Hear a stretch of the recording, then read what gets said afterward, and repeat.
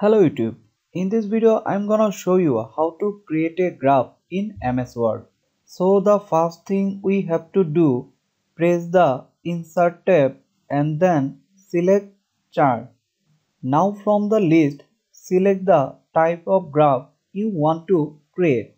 Here you will find couple of graphs such as custom, line, file, bar, area and so on. So for this video we will use a column 3D cluster graph. First change the name for each chart cluster on the table as follow. Now on the top change the series text to set your own agenda.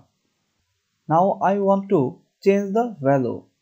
As we can see, when we change the value, the chart range will adjust accordingly. If you want to modify the chart, so select this chart and to edit the chart values again.